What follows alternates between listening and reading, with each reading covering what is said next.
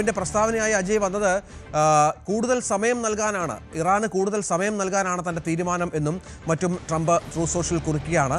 നാവിക ഉപരോധം തുടരുമെന്ന് പറയുന്നു. പക്ഷേ ഒരു പ്രധാനപ്പെട്ട കാര്യം ട്രംപ് വ്യക്തമാക്കുന്നത് നാവിക ഉപരോധം തുടരാൻ നിർദ്ദേശിച്ചിട്ടുണ്ട്. ഒപ്പം ഇറാനിയൻ ആഭ്യന്തര പ്രശ്നങ്ങൾ ചർച്ചകൾ തകരാൻ കാരണം എന്നുള്ള ഒരു പ്രസ്താവന കൂടി ട്രംപിൻ്റെ ഭാഗത്തുണ്ടാകുന്നു.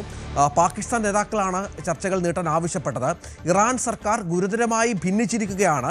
വെടിനിർത്തൽ നീട്ടണമെന്ന് പാകിസ്ഥാൻ ഫീൽഡ് മാർഷൽ അസിം മുനീർ, പ്രധാനമന്ത്രി ഷഹബാസ് ഷെരീഫ് എന്നിവർ അഭ്യർത്ഥിച്ചു.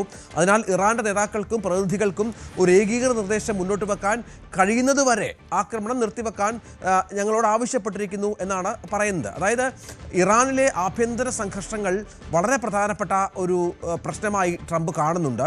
ഒപ്പം അത്തരത്തിലുള്ള ചില വ്യാഖ്യാനങ്ങളൊക്കെ വന്നിട്ടുണ്ട്. കാരണം ഇറാനിൽ വലിയ ആഭ്യന്തര പ്രശ്നങ്ങളുണ്ട് എന്നുള്ളതും ഇറാനുമായി ബന്ധപ്പെട്ട് നേതാക്കൾ തമ്മിൽ ഭിന്നതയുണ്ട് എന്നുള്ള വിവരങ്ങളൊക്കെ പുറത്തു വരുന്നുണ്ട്.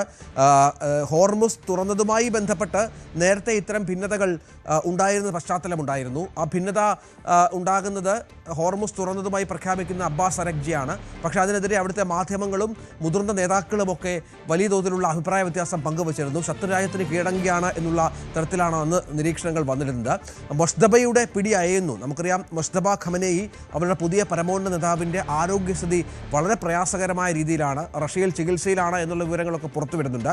മൊസ്ദബയ്ക്ക് ഇപ്പോൾ ഈ ഇറാൻ്റെ ഭരണ നേതൃത്വത്തിൽ ഉറച്ച തോതിലുള്ള പിടിയില്ല എന്നുള്ള വിവരങ്ങൾ കൂടി പുറത്തു വരുമ്പോൾ ഉറച്ച നേതൃത്വമില്ലാത്തത് ഇറാന് പല കാര്യങ്ങളിലും വിനയാകുന്നു. അതാണ് ട്രംപിൻ്റെ പ്രസ്താവനയിലൂടെ വ്യക്തമാകുന്നത് എന്ന് വേണം മനസ്സിലാക്കാൻ. അജയ്, അതൊരു പ്രധാന പ്രശ്നമാണല്ലോ.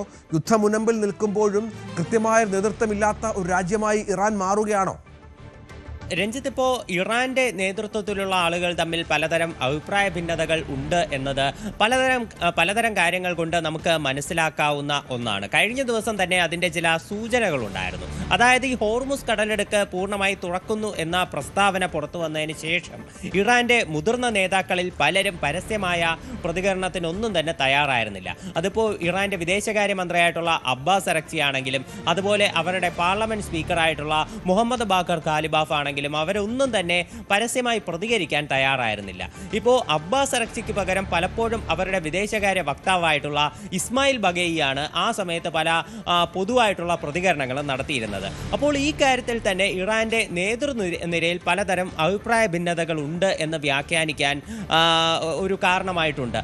പല മാധ്യമ റിപ്പോർട്ടുകളും ഇതിനെ സംബന്ധിച്ചുണ്ടായിരുന്നു. അപ്പോൾ ഈ ഒരു കാര്യം തന്നെയാണ് US നിലവിൽ ചൂണ്ടിക്കാട്ടുന്നത്. ട്രംപ് തന്റെ പോസ്റ്റിൽ ഒരു പ്രധാനപ്പെട്ട ഇപ്പോൾ തൻ്റെ ഒരു വെടിനിർത്തൽ നീട്ടിവെക്കാൻ